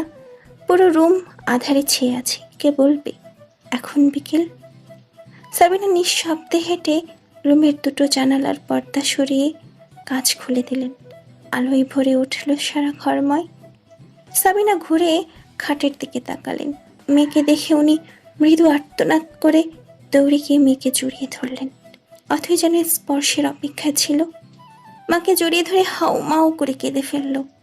সাবিনা মেয়েকে শক্ত করে জড়িয়ে ধরে অস্থির হয়ে জিজ্ঞেস করছে, তোর কি হয়েছে অথই? মাকে বল শোনা। তোর তোর সঙ্গে কেউ মিসবিহেভ করেছে? এই অথই, জবাব দিস না কেন? সাবিনা মেয়েকে শান্ত করতে যেয়ে নিজেই অস্থির হয়ে যাচ্ছেন। অথই শান্ত হতে পারছিল না। কাঁদতে কাঁদতে ওর হিচকে উঠে গেছে, দম আটকে আসছে ওর। সাবিনা মেয়েকে বুকে জড়িয়ে মাথায় হাত বুলিয়ে দিচ্ছেন, নিজেকে শান্ত রাখার বৃথা চেষ্টা করছেন। উনি নিজেও জানেন অথইকে শান্ত করতে হলে নিজে আগে শান্ত হতে হবে। ধীরে ধীরে অথৈর কান্না বন্ধ হলো। মায়ের কাঁধে মাথা রেখেই জীবনের সবচেয়ে কঠিন সিদ্ধান্তকে নিয়ে ভাবছে। এত বড় স্যাক্রিফাইস করার মতো মন মানসিকতা যে এখনও তার তৈরি হয়নি, সেটা উপলব্ধি করে ফেলেছে ইতিমধ্যে। সাবিনা ভাবছেন এখনই সময় অথৈকে জিজ্ঞেস করার। অথই, তোকে আমরা কত আদর করে বড় করেছি, সেই তুই যদি হুট করে মায়ের গলা জড়িয়ে ধরে কাঁদিস তবে কেমন লাগে আমার বল? জানিস, বুকের বাঁ পাঁজরের কাছে মনে হচ্ছে কেউ বড় পাথরের বোঝা তুলে দিয়েছে। তোর কান্না দেখলে আমার দম বন্ধ হয়ে আছে। কি হয়েছে মাকে বল, বলে তো দেখ মা সমাধান করতে পারি কি না। মায়ের কথায় অথৈর যেন দুঃখ আরও বেড়ে যাচ্ছে। চোখের পানি ছাপিয়ে বের হচ্ছে। এতটা অসহায় কেন লাগছে আজ? মানুষটাকে রিজেক্ট করার পর মনে হচ্ছে সে নিজেই নিজেকে প্রত্যাখ্যান করেছে। তোর আব্বুর সঙ্গে শেয়ার করবি? আমাকে বলার প্রয়োজন নেই। তোদের বাপ মেয়ের কোনো ব্যাপারে আমি ছিলাম না, আজও থাকবো না। তোর বাবা কিছুক্ষণের মধ্যেই চলে আসবে, তার সঙ্গেই বলিস তোর ব্যাপার। আব্বুকে আমি কিছুই জানাতে পারবো না মা। আব্বু শুনতে পারলে ভীষণ কষ্ট পাবে, বলবে আমি তার কথার সিদ্ধান্তের মান রাখিনি। কি বলছিস তুই এইসব? তোর আব্বুর কোনো সিদ্ধান্তের কথা বলছিস? মা, আমি একজনকে পছন্দ করি। অথই কথাটি বলতে না বলতেই কেঁদে ফেলল। সাবিনা মেয়ের মুখের দিকে তাকিয়ে রইল, তারপর ফিক করে হেসে বলল, ও মা, এতে কান্না করার কি আছে? পছন্দ করিস না ভালো কথা। কে সে? তাকে আমাদের সামনে নিয়ে আয়, পরিচয় করিয়ে দে। তাকে আমি বারণ করে দিয়েছি, বলেছি আমি অন্য কারোর সাথে কমিটেড। প্রথমে সাবিনা মেয়ের কথার আগাগোড়া কিছুই বুঝতে পারলেন না, কিন্তু কমিটেড শব্দটা শোনার পর ভ্রুকুঞ্চিত করে অথৈর হাত ধরে শক্ত গলে জিজ্ঞেস করলেন, তুই কার সঙ্গে কমিটেড অথই? ইধি ফুপি কল করেছে কাল, উনি আমাকে সবটা বলেছে। ইধি? হ্যাঁ মা, ইধি ফুপি সব বলেছে। ছোটবেলায় যে তোমরা আমার বিয়ে দিয়েছো এটাও বলেছে আমাকে। আমি নাকি আব্বুকে দুশ্চিন্তায় রেখেছি। আমার জন্যই নাকি আব্বুর 12 মাস প্রেশারের ওষুধ খেতে হয়। তাছাড়া আমি যদি তোমাদের সেই পাত্রকে মেনে না নিই, আব্বু তোমার এই সমাজে মান মর্যাদা কমে যাবে। সবাই তোমাদের পেরেন্টিং নিয়ে প্রশ্ন তুলবে। তোমাদের জন্য আমার জীবন সদা সর্বদা বিসর্জন দিতে তৈরি আছি। আমার কারণে তোমরা কখনো কারোর সামনে মাথা নত করনি, করবেও না। তোমাদের জন্য আমি এমন হাজারটা স্যাক্রিফাইস করতে পারি মা। তোমাদের ভালোবাসার সামনে পৃথিবীর সকল ভালোবাসা তুচ্ছ। অথয়ের কান্নারত মুখের দিকে তাকিয়ে সাবিনা অসহায় হয়ে তাকিয়ে রইল। কতগুলো বছর ধরে মেয়েটার কাছ থেকে ঘটনাটি লুকিয়ে রেখেছিল, আর ইদিকা কিনা মেয়েটাকে সবটা জানিয়ে দিল। একবারও তাদের জিজ্ঞেস করার প্রয়োজন বোধ করলো না। একটি মাত্র মেয়ের ইচ্ছা অনিচ্ছাকে সবসময় প্রাধান্য দিয়ে এসেছে ওর বাবা এবং মা। বিয়ের মতো একটি সেন্সিটিভ ইস্যুকে দুই বান্ধবী মিলে আবেগের বশে এসে দুটো ছেলে মেয়ের বোঝ হবার আগে বিবাহ বন্ধনে আটকে ফেলেছে। যতদিনে ওনারা বুঝতে পারলেন যে ওনাদের সিদ্ধান্ত ভুল, ততদিনে বড্ড দেরি হয়ে গেছে। আজ মেয়ে কাঁদছে কারণ তার পছন্দের মানুষটাকে সে রিজেক্ট করেছে, কারণ তার বাবা মায়ের সম্মানের দিকে যে তাকাতে হবে তাকে। এই ভেবে সাবিনা জানে না এই পরিস্থিতি কি করে সামাল দিবে। নিজের মেয়েকে তো আর কষ্ট দিতে পারবে না। গোল্লায় যাক দুনিয়া। অথই যাকে পছন্দ করেছে তার সঙ্গে অথয়ের বিয়ে হবে। অথয়ের বাবা এলেই আজ রাতের মধ্যে নাজিফার সঙ্গে কথা বলে অতি শীঘ্রই প্রহর এবং অথয়ের ডিভোর্স সম্পূর্ণ করার ব্যবস্থা করতে হবে। আপাতত এই ব্যাপারে অথয়ের সঙ্গে কথা না বলে নিজেরাই ঝামেলা মিটিয়ে নেবে, নয়তো অথই আরও ভেঙে পড়বে। যে সম্পর্কের কোনো ভিত্তি নেই সেই সম্পর্কের বিচ্ছেদ অনুষ্ঠান এত আয়োজন করে কেন করতে হবে? সাবিনা মেয়ের মাথায় হাত বুলিয়ে দিচ্ছে। ইস, এক রাতের মধ্যেই মেয়েটার উপর কি ঝড়টাই না বয়ে গেছে। আলফাজ বাড়িতে ফিরেই অথয়ের সঙ্গে দেখা করতে চাইলেন। সাবিনা বাধা দিলেন। সাবিনার বাধাকে উপেক্ষা করেই অথয়ের সঙ্গে দেখা করতে চাইলেন। সাবিনা একে একে সব ঘটনা জানিয়ে দেয় আলফাজকে। সব জানার পর আলফাজ স্তব্ধ হয়ে তাকিয়ে রইল সাবিনার দিকে। সাবিনা আলফাজের হাতের উপর হাত রেখে বলল, জানি না ইদির কখনো খারাপ চেয়েছিলাম কিনা, কিন্তু ইদির কারণে আমার মেয়ে যে কষ্ট পেয়েছে আমি কোনোদিনও ভুলবো না। আমার এইটুকুন মেয়েটা কেঁদে কেটে অস্থির হয়ে গেছে। তাহলে এখন কি করব? নাজিফা আপাকে কল করে জানাবো যে অথই সব জেনেছে, জানার পরও বলছে যে ওর বিয়ে মানে না? তাই বলে দাও। আমাদের মেয়ে আমাদের জীবনের চমৎকার এবং সবচেয়ে গুরুত্বপূর্ণ সম্পর্কের কাছে আত্মসমর্পণ করে সারা জীবন আফসোস করুক, আমরা তো চাই না। আমরা মেয়ের মুখের খুশির কারণ হতে চাই, কান্নার কারণ মোটেও হতে চায় না। প্রহর মির্জাই যে ওর স্বামী এটা কি জানে অথই, নাকি কেবল বিয়ের কথাই শুনেছে? আলফাজের কথায় সাবিনার কপালে চিন্তার ভাঁজ পড়ল। বিচ্ছিন্ন ভাবনাকে এক পাশে রেখে সাবিনা বলল, ইদি যেহেতু এত কিছুই বলেছে, তাহলে প্রহরের নাম এবং পরিচয় নিশ্চয় জানিয়েছে। অথয়ের ব্যাপারে তো জানোই, ও যে প্রহরকে মোটেও পছন্দ করে না, এটা তোমার আমার চেয়ে ভালো কে জানে। সাবিনার যুক্তি শুনে আলফাজ আর বলার মতো কিছু খুঁজে পেল না। আলফাজ সেই রাতেই নাজিফাকে সবটা জানালো। অথই যে এই বিয়েকে মেনে নিতে পারছে না তাও বলে দিয়েছে। অথই আর প্রহরের অফিসে যেতে পারল না। বলতে গেলে ইচ্ছে করেই যায়নি। কি দরকার শুধু শুধু মনটাকে পোড়ানোর। বিরহ দহনে মনটার পোড়া গন্ধে এমনিতেই ঘুম আসে না অথয়ের। গত 7 দিন ধরে অথই নিজেকে বোঝানোর আপ্রাণ চেষ্টা করছে। দিন শেষে নিজেই নিজের কাছে হেরে যাচ্ছে। কোনো যুক্তির মার প্যাচে প্রহরকে বলতে পারছে না অথই। এদিকে ওর বাবা মা বারবার তার পছন্দের মানুষের নামটা জানতে চাইছে। অথয়ের একটাই কথা, আগে তোমরা সব কিছু ঠিক করো, তারপর তার নাম জানাবো, পরিচয় জানিয়ে দেব। তোমাদের অতি পছন্দের মানুষ প্রহর মির্জাকে যে আমি মন দিয়েছি, তোমরা অতি শীঘ্রই জানতে পারবে। আলফাজ মেয়ের কথায় মুচকি হাসে, মনে মনে বলল, আবিরকে ভালোবাসিস তুই? এটা আমি টের পেয়েছি অনেক আগেই। দুজন দুজনকে কত ভালোভাবে বুঝিস। আবিরের সঙ্গে যে তোর বিয়ে ঠিক করে রেখেছি, পরে তোকে সারপ্রাইজ হিসেবে জানাবো। ঘটনার বেশ কিছুদিন পর মির্জা ভ্যালিতে প্রহরর রুমে বসে আছে। রাত তখন ঢের হয়েছে। ল্যাপটপের স্ক্রিনে অথয়ের হাস্যোজ্জ্বল চেহারা ভেসে আছে। প্রহর সেদিকে তাকিয়ে আছে, চোখের পলক পড়ছে না। কিছু সময় অতিক্রম হবার পর প্রহরের চোখ থেকে আপনা আপনি জল গড়িয়ে পড়ে।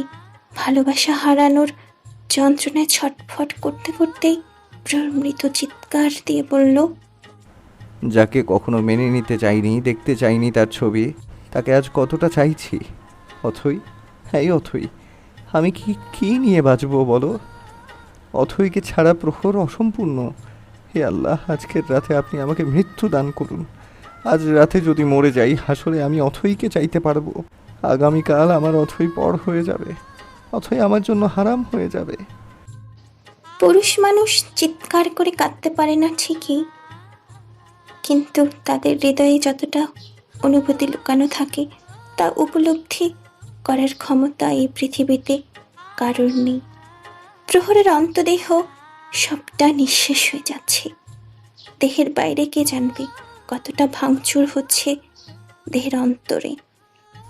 প্রহর, আগামী পরশুদিন তোদের ডিভোর্স হবে? ভালো। আম্মিকে জবাব দিয়ে দীর্ঘশ্বাস ছাড়ল প্রহর। বুকের ভেতর ভাঙন চলছে, তা কি করে বোঝাবে কাউকে। হাতের ফাইল সরিয়ে টেবিলের ওপর রেখে দিল। নাজিফা ছেলের মুখের দিকে তাকিয়ে রইল। প্রহরকে চিনতে ভীষণ কষ্ট হচ্ছে। হয়তো তার ছেলে সবার সাথে মিশতে পারত না, আগ বাড়িয়ে কথা বলতো না, হয়তো আত্মকেন্দ্রিক ছিল বলে। ঘরের ভেতরে তার ছেলে কতটা প্রাণবন্ত ছিল তার চেয়ে ভালো কে জানে। সেই প্রাণবন্ত ছেলে হুট করে কতটা গম্ভীর হয়ে গেছে সেটা তো তিনি চোখেই দেখতে পাচ্ছেন। ছেলের জীবনটাকে নিজ হাতে ধ্বংস করে দিয়েছেন। ছেলের মুখের দিকে তাকালে বুক ভেঙে কান্না বেরিয়ে আসে।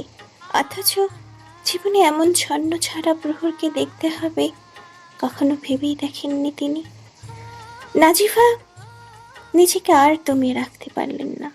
শক্ত গলায় প্রহরকে বললেন, তুই শুধু একবার রাজি হয়ে দেখ, অথইকে আমি যে করেই হোক এই বাড়িতে নিয়ে আসবো, হোক আইনের মার প্যাচে কিংবা সাবিনার উপর প্রেশার ক্রিয়েট করে। তবুও তুই রাজি হ, অথইকে আমি তোর করেই ছাড়বো। তোকে আমি কখনো এই রূপে দেখবো আমি কল্পনাও করিনি প্রহর। মা হয়ে তোর জীবনটাকে নষ্ট করে দিলাম। প্রহর মলিন চোখে ওর মায়ের দিকে চেয়ে রইল। নাজিফা ছেলের চোখের ভাষা বুঝতে চেষ্টা করলো। আমি সংসার জোর করে হয় না। অথইকে ধরে বেঁধে আমার সঙ্গে সংসার করতে বাধ্য করলে সেও আমার এক সময় হাল ছেড়ে দিয়ে আমার সঙ্গে সংসার করবে।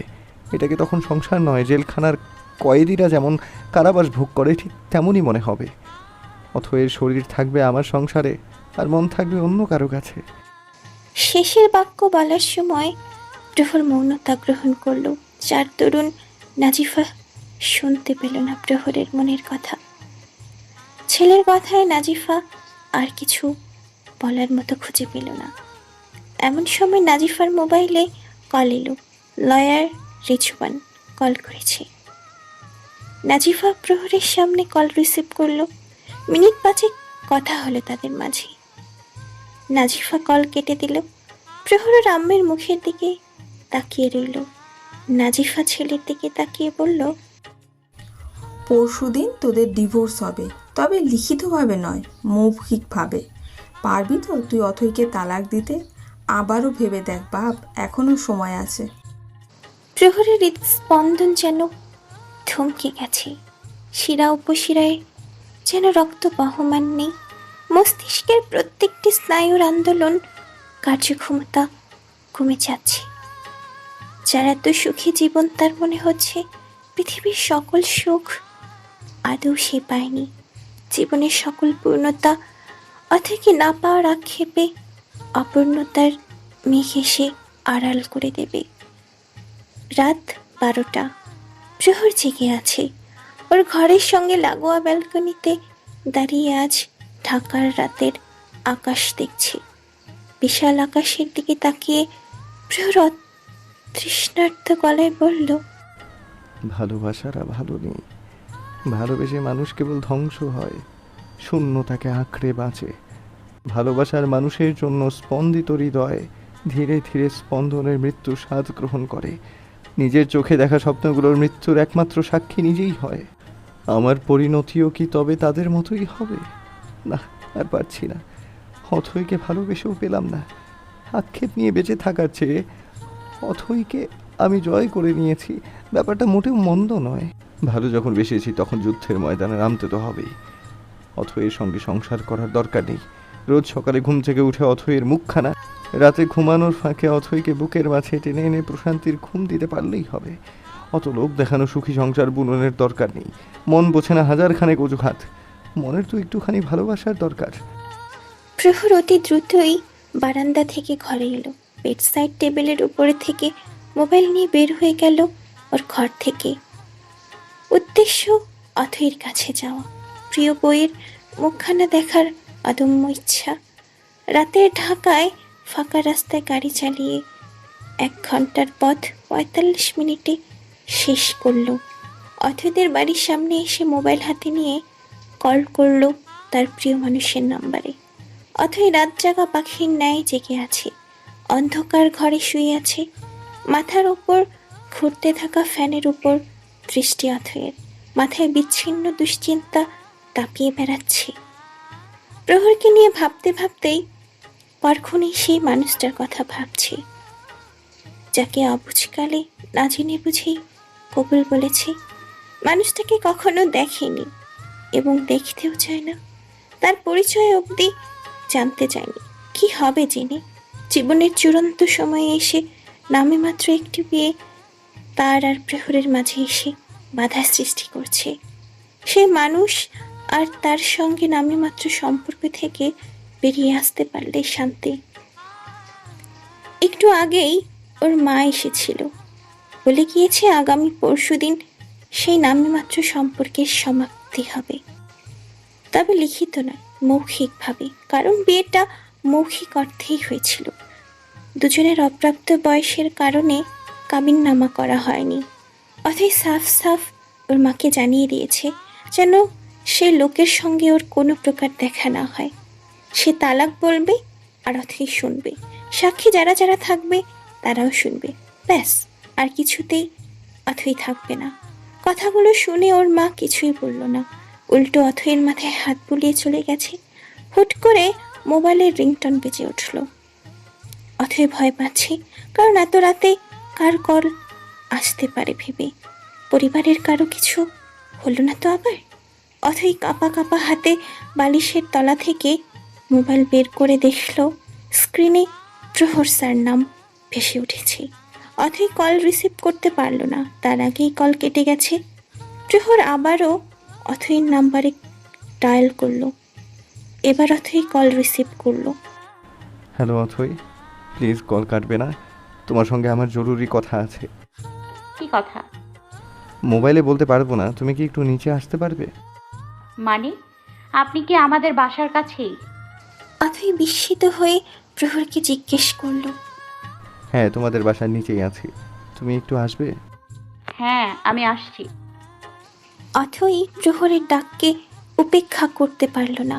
মেইন ডোর খোলার আগে দেয়ালের ওপর ঝুলতে থাকা গেটের চাবি নিয়ে দরজা খুলে বের হয়ে এলো। পা টিপে টিপে হেঁটে বের হলো ওদের বিল্ডিং থেকে। বাগান পেরিয়ে সদর দরজার কাছে পৌঁছাতেই লোহার গেট গলিয়ে দেখতে পেল তার প্রিয় মানুষটার গাড়িটাকে। দ্রুত পায়ে হেঁটে দরজার সামনে এসে চাবির সাহায্যে তালা খুলে বের হয়ে এলো প্রহরের গাড়ির সামনে। প্রহর ড্রাইভিং সিটে বসেই ছিল। পূর্ণ জ্যোৎস্নার আলোতে তার প্রিয় বউকে দেখে গাড়ি থেকে বের হয়ে এলো। তৃষ্ণার্ত অবস্থায় মানুষ পানি পেলে যেভাবে তৃষ্ণা নিবারণ করে, ঠিক তেমনিভাবে প্রহর নিজের তৃষ্ণা মেটাচ্ছে। নয়তো অথইকে এক পলক দেখার তৃষ্ণায় মরেই যেত আজ। এত রাতে কেন এসেছেন আপনি?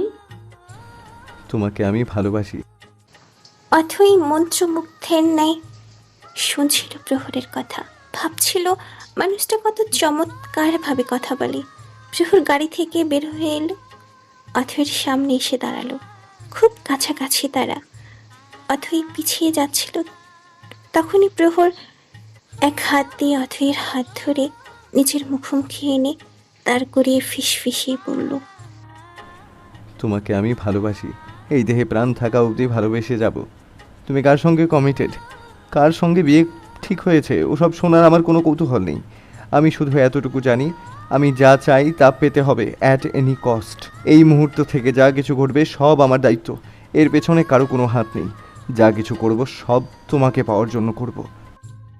অথই বোকার মতো তাকিয়ে আছে প্রহরের মুখের দিকে। ল্যাম্পপোস্টের ঘোলাটে আলোতে প্রহরের চোখের রক্তিম দৃষ্টি অথৈর অন্তরাত্মাকে নাড়িয়ে দেয়। চোখের দৃষ্টি বলে দিচ্ছে প্রহর এখানে ভালো উদ্দেশ্যে আসেনি। অথই এবার প্রহরের বাঁধন থেকে মুক্ত হতে চাইল, ছুটে যেতে চাইল বিল্ডিংয়ের ভেতরে, কিন্তু প্রহরের শরীরে যেন অসুরের শক্তি ভর করেছে। পকেট থেকে একটি রুমাল বের করে অথৈর মুখের উপর চেপে ধরতেই অথৈ ঢলে পড়ল প্রহরের গায়ে।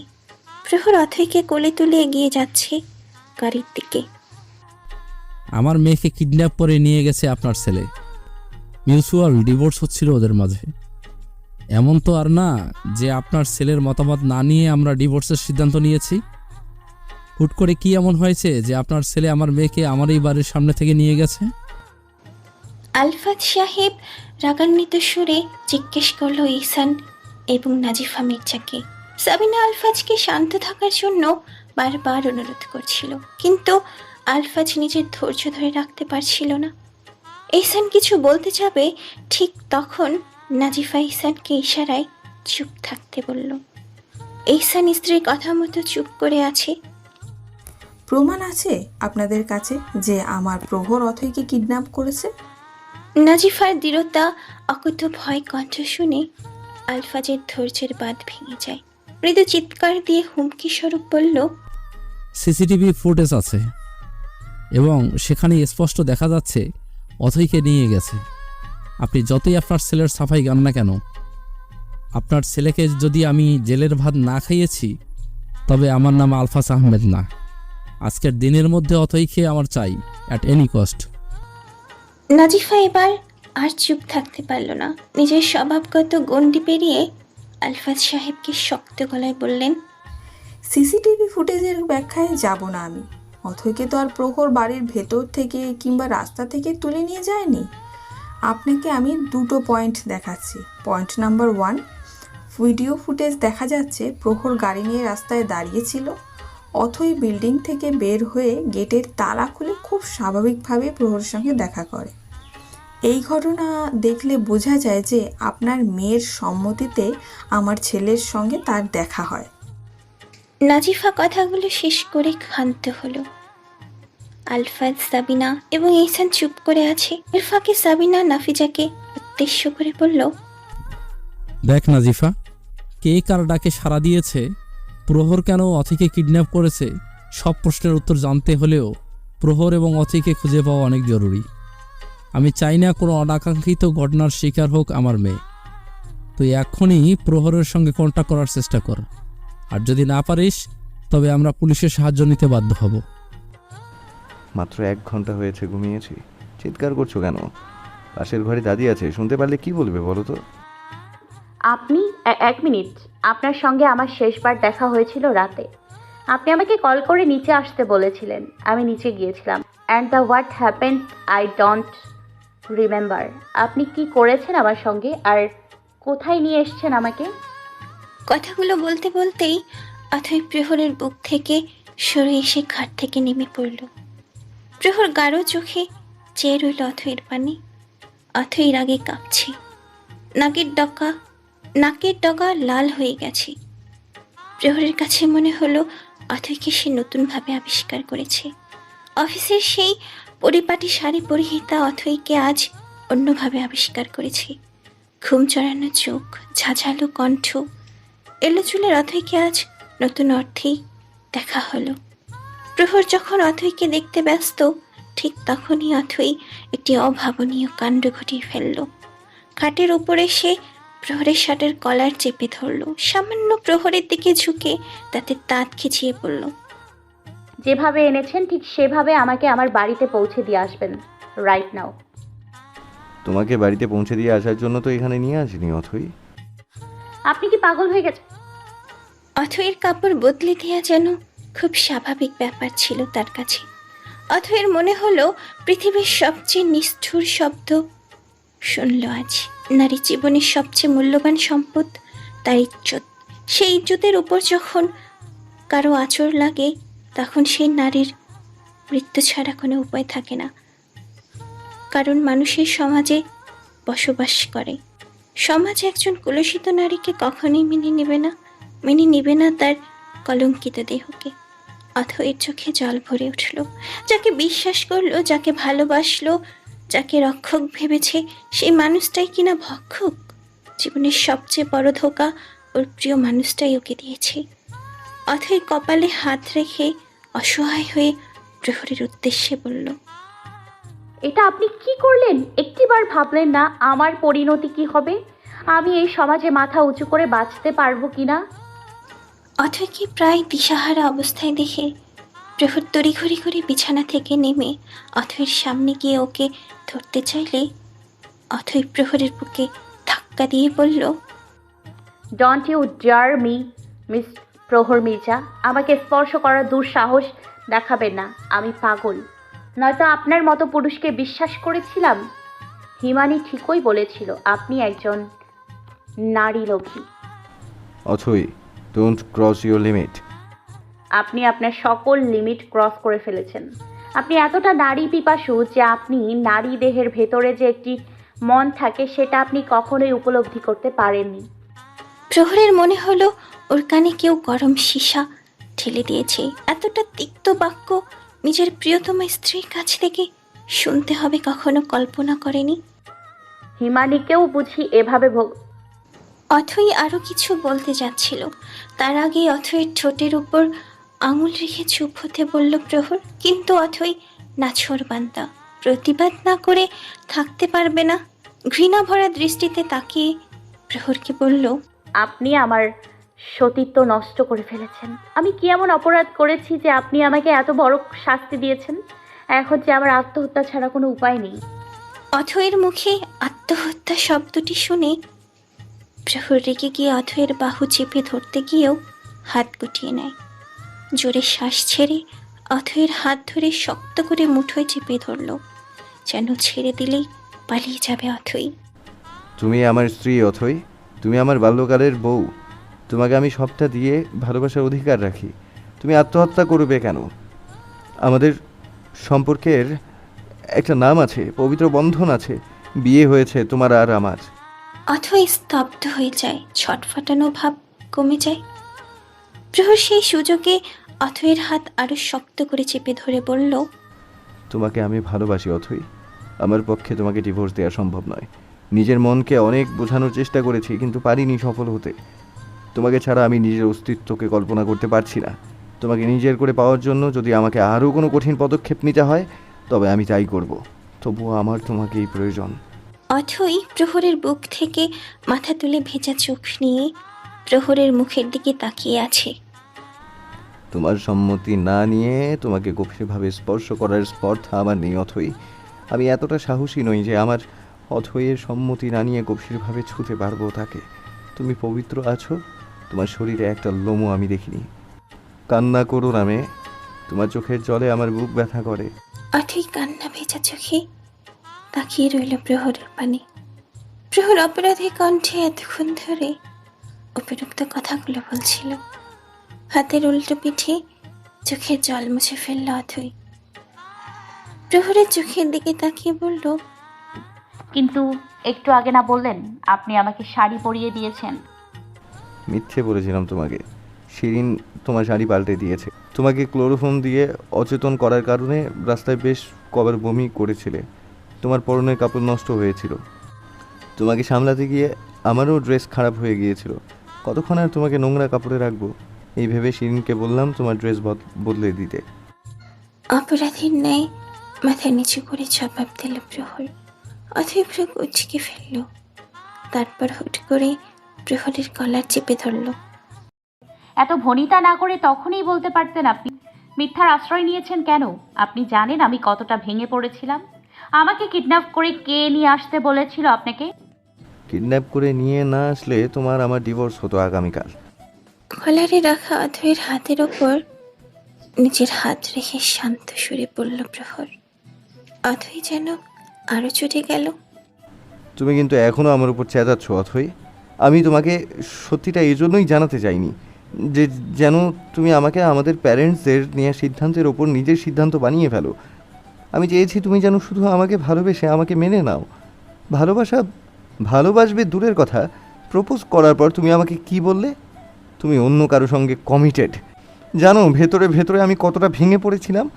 মানুষ যে টাকা পয়সা ছাড়াও ভালোবাসার অনুভূতিতে আটকে যেতে পারে সেদিনই উপলব্ধি করতে পারলাম আমি। রাঙামাটি থেকে ফিরে সোজা বাড়িতে গিয়ে আম্মিকে বলেছিলাম ডিভোর্সের অ্যারেঞ্জমেন্ট করতে। আম্মি সব অ্যারেঞ্জ করলেন ঠিকই, আমি নিজেকে সামলাতে পারছিলাম না। আমি অথই নামক নাম ডিঙিয়ে সামনের দিকে অগ্রসর হতে পারছিলাম না, কারণ আমার মস্তিষ্ক অজান্তেই আমার ভূত ভবিষ্যৎ সব কিছুতেই অথইকে সেট করে ফেলেছে। যেদিকে যাই মস্তিষ্কের সকল স্নায়ুকোষ অথইকে মনে করিয়ে দেয় অথইকে আবির স্পর্শ করবে, ভালোবাসবে। শীতের সকালের মিষ্টি রোদে একই চাদরের তলে তারা একে অপরের সঙ্গে মিশে থাকবে। আমি পাগল হয়ে যাচ্ছিলাম এই ভেবে যে আবির কেন তোমায় পেয়ে যাবে কোনো সাধনা ছাড়াই। ওয়েট, আবিরের কথা এখানে আসছে কেন? আলফাজ আঙ্কেল আমাকে জানিয়েছেন একবার তোমার আমার ডিভোর্স সম্পূর্ণ হলে আবিরের সঙ্গে তোমার বিয়ে হবে। তাছাড়া তুমি নিজেই তো আমাকে বললে তুমি কারো কমিটেড। প্রহরের মুখে এই কথা শুনে অথই হাত দিয়ে মনে মনে বলল, যার জন্য করলাম চুরি সেই বলে চোর। আমি যে আপনার সাথে কমিটেড এটা তো জানতাম না। আপনাকে পাওয়ার জন্যই তো সেই অচেনা ডিভোর্স দিতে চাইলাম। আনমনে ভয়ে আটকে উঠল অথই। প্রহর অথইকে আটকে উঠতে দেখে অস্থির হয়ে বলল, কি হয়েছে অথই, শরীর খারাপ লাগছে? না, ঠিক আছে আমি। কিছুক্ষণ বিশ্রাম নাও, আমাকে একটু বের হতে হবে। প্রহর অথইয়ের হাত ধরে বিছানার দিকে অগ্রসর হবার সময় কথাগুলো বলল। মানুষটা যে এতটা পাগল ছিল ওর জন্য কখনো বুঝতেও দেয়নি। এত ভালোবাসা বুকে বই বেরিয়েছে, অথচ একটিবারও ক্লান্ত হয়নি। একটিবারও বলেনি যে তোমাকে ভালোবেসে আমার ক্লান্ত লাগছে। খানিকটা ভালোবাসার বোঝা তুমিও কাঁধে তুলে নাও। অথই মৃদু হেসে প্রহরের মুখের দিকে তাকিয়ে মনে মনে বলল, ভালোবাসা নামক পরীক্ষায় সর্বোচ্চ নাম্বার পেয়ে যেদিন পাশ করবেন সেদিন জানতে পারবেন আপনার অথই কেবল আপনাকেই পেতে চেয়েছে আর কাউকে নয়। অথইকে শুইয়ে রেখে প্রহর চলে যাচ্ছিল। ঠিক তখনই অথই প্রহরকে ডেকে জিজ্ঞেস করলো, কোথায় যাচ্ছেন? এই তো কাছে কোথাও যাচ্ছি। আমিও যাব সঙ্গে। অস্বস্তি কাটিয়ে জবাব এলো অথইয়ের পক্ষ থেকে। অথই আবারও প্রহরকে জিজ্ঞেস করলো, কাছে বলতে কোথায়? এখানে পুকুর আছে? এরই ফাঁকে প্রহরে গিয়ে এসে অথইয়ের হাত মুঠোয় বন্দি করে বলল, বাইরে গেলেই দেখতে পারবে।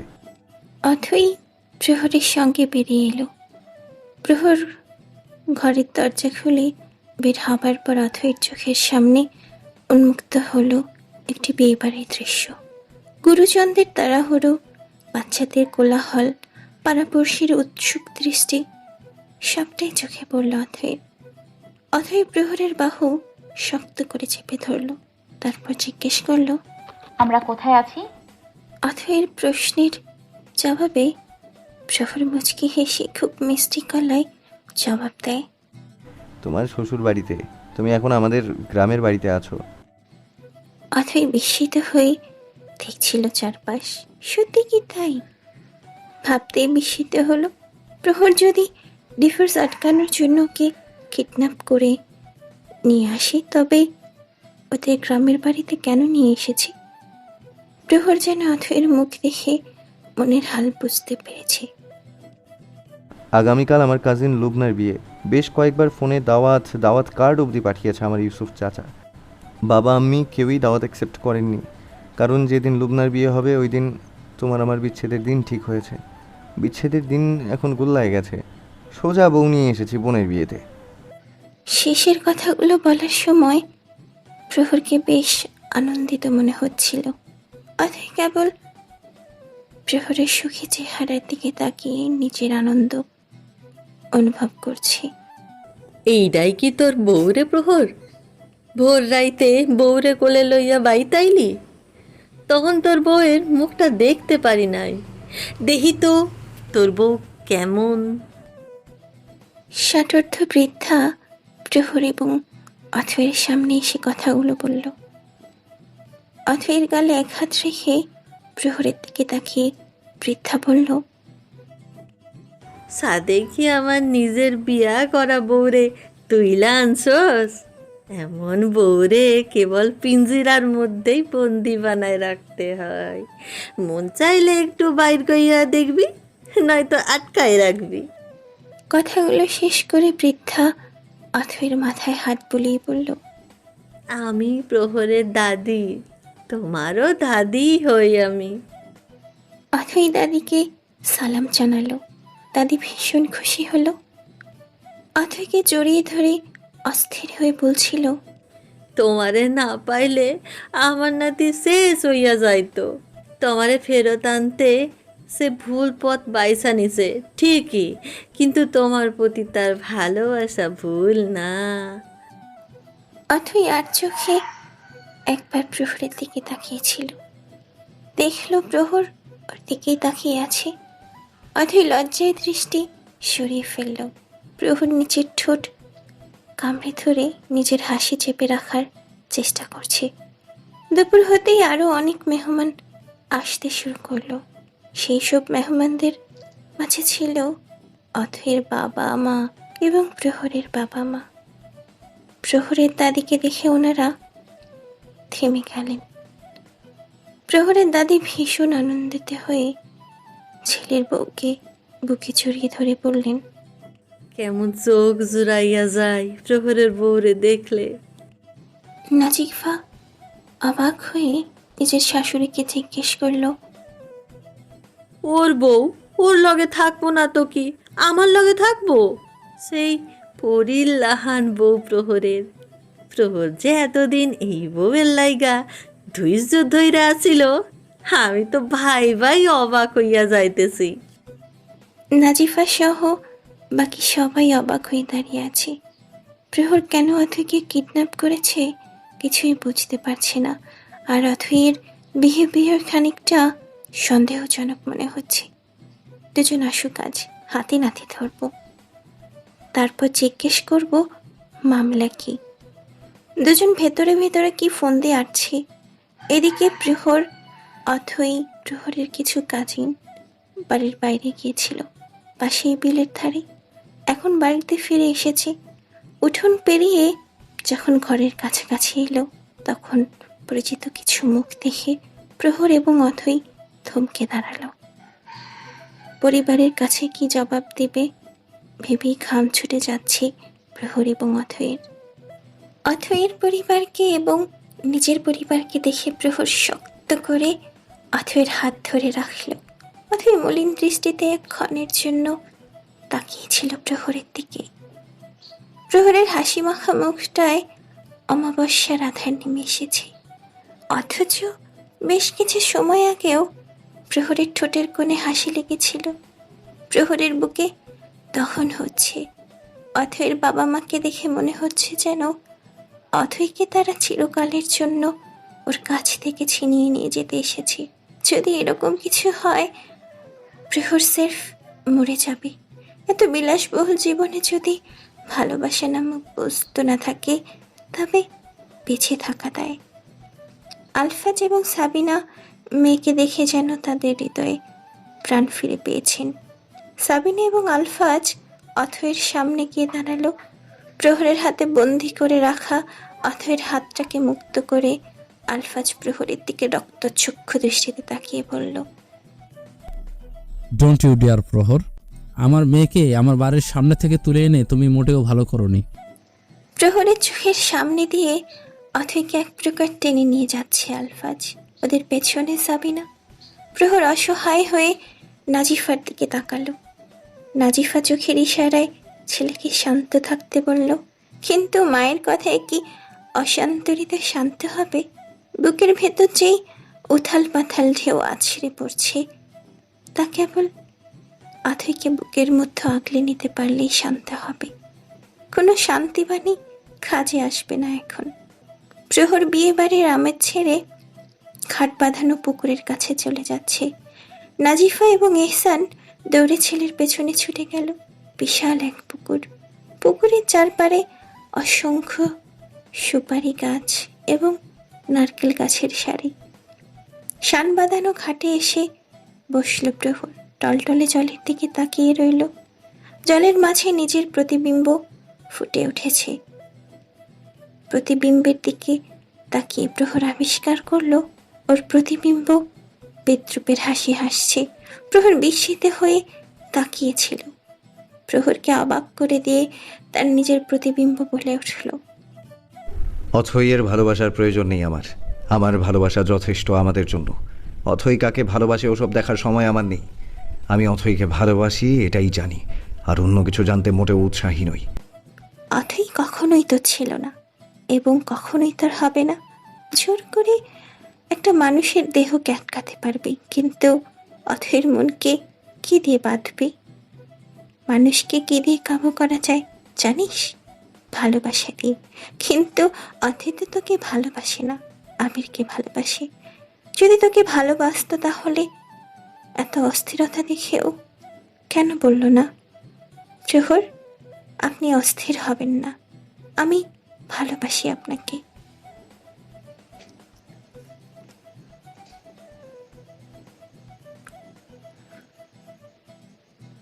প্রহরের কথা শুনে প্রহরের প্রতিবিম্ব অট্ট হাসিতে ফেটে পড়ল। প্রহর অবাক হয়ে তাকিয়ে রইল জলে ফুটে ওঠা নিজের প্রতিবিম্বের দিকে। প্রহর, কারো ডাক শুনে প্রহর পেছনের দিকে তাকালো। ওর মা এসেছে। প্রহর আবারও জলের দিকে তাকালো। আশ্চর্য তো, এখন ওর প্রতিবিম্ব স্বাভাবিক, হাসছে না কেন? এতক্ষণ তবে কি হচ্ছিল? নাজিফা এবং এহসান দৌড়ে এসে প্রহরের পাশে গিয়ে বসল। প্রহর তাকালো না ওনাদের দিকে। নাজিফা ছেলের কাঁধে হাত রেখে শান্ত সুরে বলল, তোর দাদুর বাড়িতে আসবে একবার আমাকে জানানোর প্রয়োজন বোধ করলি না? আর ওভাবে অথৈকে নিয়ে এলি কেন? অথৈ আমার স্ত্রী, আমি ওকে কোথাও নিয়ে গেলে নিশ্চয়ই আমার কারো কাছ থেকে পারমিশন নিতে হবে না? বারবার গোয়ার্তামি করবি না প্রহর। তুই টিনেজ প্রহর নেই যে এখন যা মন চাইবে তাই করবি। তুই নিজেই আমাকে বলেছিলি অথৈয়ের সঙ্গে ডিভোর্সের ব্যবস্থা করতে। আবার কি মনে হলো তোর? বলা নেই কওয়া নেই মেয়েটাকে ওর বাড়ির সামনে থেকে তুলে নিয়ে এসেছিস তোর দাদুর বাড়িতে। তুই কি চাইছিস বলতো আমাদের? আমার অথৈকে চাই। কতবার বোঝাবো তোমাদের? একই কথা বারবার বলতে বলতে আমি ক্লান্ত।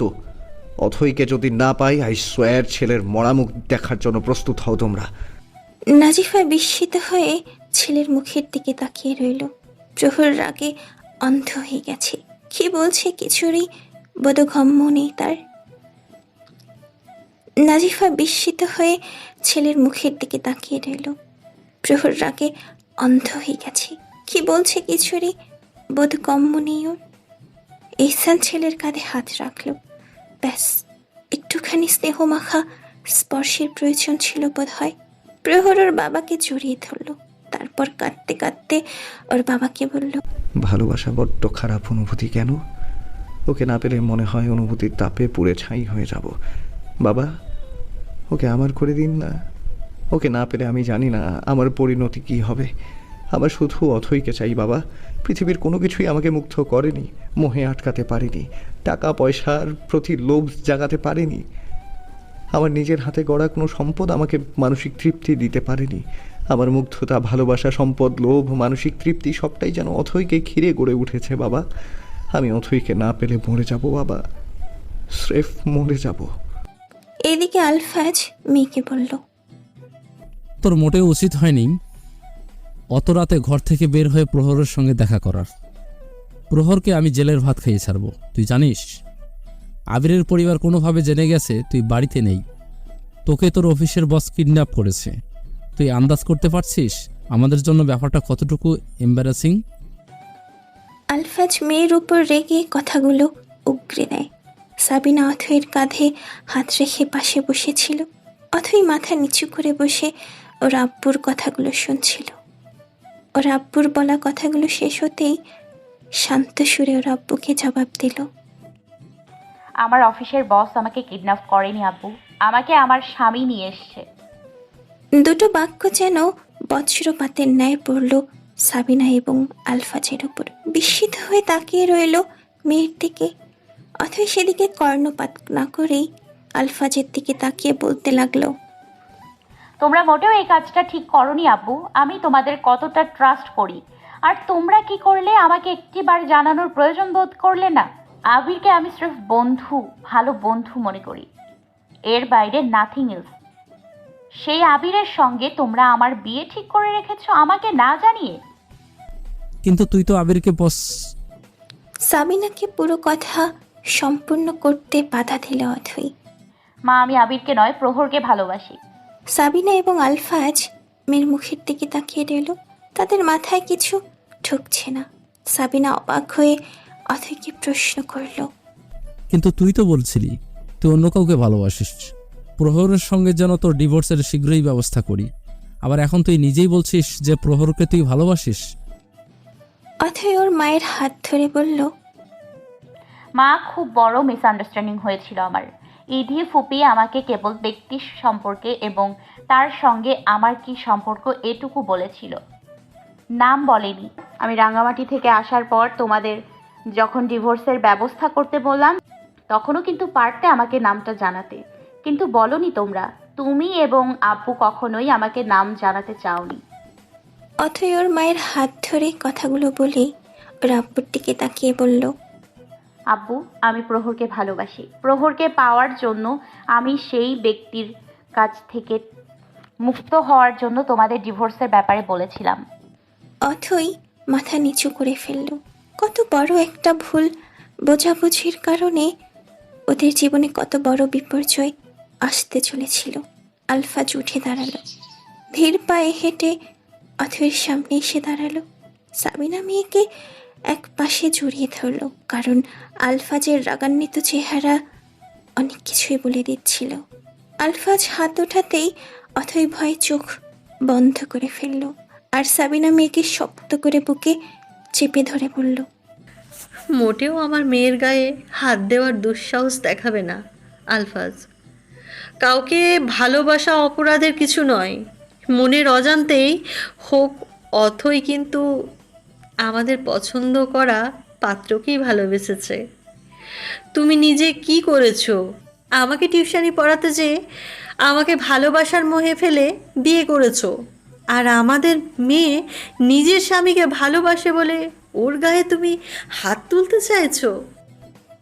তোমরা নারীরা পারো বটে, কোথাকার কথা কোথায় টেনে নিয়ে যাও আল্লাহ ভালো জানেন। আমি আমার মেয়ের গায়ে হাত তুলব?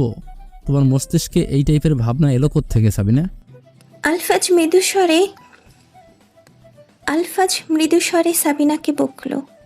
অথই ওর মায়ের কাঁধ থেকে মুখ তুলে আব্বুর মুখের দিকে তাকালো। দেখল ওর আব্বু হাসি মুখে তাকিয়ে আছে। আলফাজ মুচকি হেসে অথইয়ের মাথায় হাত রেখে বলল, অথচ কিছু মাস আগেও আমি জানতাম আমার অথই প্রহরকে পছন্দ করে না, আর আজ প্রহরকে ভালোবাসে, অথচ আমি জানি না। প্রহরকে ভালোবাসিস বলেই কি তোর জীবনে আমার প্রায়োরিটি কমে গেছে অথই? মোটেও না আব্বু, তুমি আমার মাথার তাজ। তোমাকে আমার মাথার মুকুটের ন্যায় সাজিয়ে রেখেছি। তোমাকে সরিয়ে দেয়া মানে আমার জীবনের সকল দুঃসাহস, ভালোবাসা, স্নেহ, আর্তনাদ, আত্মমর্যাদা, অস্তিত্বকে হারিয়ে ফেলা। তুমি আমার জীবনে সৌন্দর্য আব্বু। তোমার মেয়ের এত দুঃসাহস হয়নি তোমাকে ছাড়া নিজেকে কল্পনা করার। তুমি না সবসময় বলো আমি তোমার প্রিন্সেস। মা, আর তুমি হলে আমার কুইন এবং কিং। তোমরাই আমার রাজ্য। তোমাদের হারিয়ে ফেলে যে আমার প্রিন্সেস পদবি হারিয়ে যাবে। অথই ওর আব্বুর হাতের উপর মাথা ঠেকিয়ে কথাগুলো বলল। চোখের কোণে জল জমে আছে, যে কোনো মুহূর্তে গড়িয়ে পড়বে। আলফাজের তৃপ্তির ঠিকর তুলল। সাবিনা নিজের চোখে থাকা জল আড়াল করে মেয়ের মাথায় হাত রেখে বলল, তুই আমাদের একমাত্র সন্তান। তোর সুখ চাই বলে নাজিফার সঙ্গে আমার বন্ধুত্বের পরোয়া অবধি করিনি। সবার আগে আমি তোকেই চাইছি। অথই, তোর আব্বু ভেবেছিল আবিরকেই হয়তো তুই পছন্দ করিস, তাই আবিরের সঙ্গে তোর বিয়ে ঠিক করেছিল, পরে তোকে সারপ্রাইজ হিসেবে জানাতো। অথচ আমাদের জন্য যে কত বড় সারপ্রাইজ অপেক্ষা করছিল তা কি জানতাম? তুই যা চাইবি তাই হবে অথই। অথয়ের চোখে সুখের কান্না। ওর মাকে জড়িয়ে ধরল। সাবিনা মেয়েকে বুকে জড়িয়ে রাখল। আলফাজ মেয়ের মাথায় হাত বুলিয়ে দিচ্ছিল। প্রহর, অথই আসছে ওর দিকে। প্রহর চট করে পেছনে ফেলল। দু হাত দিয়ে চোখের কোণায় জমে থাকা জল মুছে ফেলল। তারপর চেহারায় স্বাভাবিক একটা ভাব বজায় রেখে অথইয়ের দিকে ফিরল। ততক্ষণে অথই প্রহরের পেছনে এসে দাঁড়িয়েছে। প্রহরকে দেখেই আটকে উঠল অথই। দুটো চোখের পাতা ফুলে গেছে তার। অথই বিস্মিত হয়ে প্রহরকে জিজ্ঞেস করল, আপনি কাঁদছিলেন? প্রহর মাথা নাড়িয়ে না বোঝালো সে কাঁদেনি। অথই প্রহরের দিকে অসহায় দৃষ্টিতে তাকিয়ে বলল, আপনি আমাকে বিয়ে করবেন? অথয়ের কথায় প্রহর অবিশ্বাস্য চোখে তাকিয়ে রইল, যেন বিশ্বাস হচ্ছে না ওর। তবুও অথয়ের কথায় জবাব দিল, আমি তোমাকেই চাই অথই। বিয়ে করলে তোমাকেই করব, কারণ তোমাকে ছাড়া আমার কোনো গতি নেই। তাহলে আজই আমাকে বিয়ে করবেন। আপনার কাজিনের বিয়ের আসরে আমাদের বিয়ে হবে। তোমার বাবা মা রাজি না অথই। তারা আমাদের বিয়েকে স্বাভাবিকভাবে মেনে নেবে না। যদি মেনে নেয়? অথয়ের দুষ্টুমি ভরা কথায় প্রহর চমকে উঠে। সত্যি কি তাই? হুট করে অথয়ের পেছনে চোখ পড়ল প্রহরের। কারা যেন আসছে। অথয়ের বাবা মা এবং তার আব্বু আম্মি। প্রহর আবারও অথয়ের দিকে তাকালো। অথয় মুচকি হেসে বলল, অবশেষে আপনাকে পাবার আশার আলো খুঁজে পেয়েছি। সেই আশার আলো অন্ধকার গ্রাস করার আগেই চলুন না আমরা আমাদের গন্তব্য একই পথের উদ্দেশ্য শুরু করি। ক্লান্ত পথের পথিক আমরা। আমাদের জীবনের প্রতিটা পদে পদে একে অপরের হাতে হাত রেখে এগিয়ে যাব। আপনি হবেন তো আমার জীবন সঙ্গী? কথাটি বলেই অথই প্রহরের চোখের দিকে তাকালো। দেখল প্রহরের চোখে পানির উপস্থিতি। হুট করে প্রহরের চোখের জল গড়িয়ে পড়ল। অথই অবাক হয়ে তাকিয়ে রইল। প্রহর কান্নারত অবস্থায় অথইকে বলল, বিয়েতে কি পড়বে? এত অল্প সময়ে এত সব অ্যারেঞ্জ করব কিভাবে? প্রহরের কথায় ফিক করে হেসে ফেলল অথই। প্রহর বোকা চোখের দৃষ্টিতে তাকিয়ে অথইকে বলল,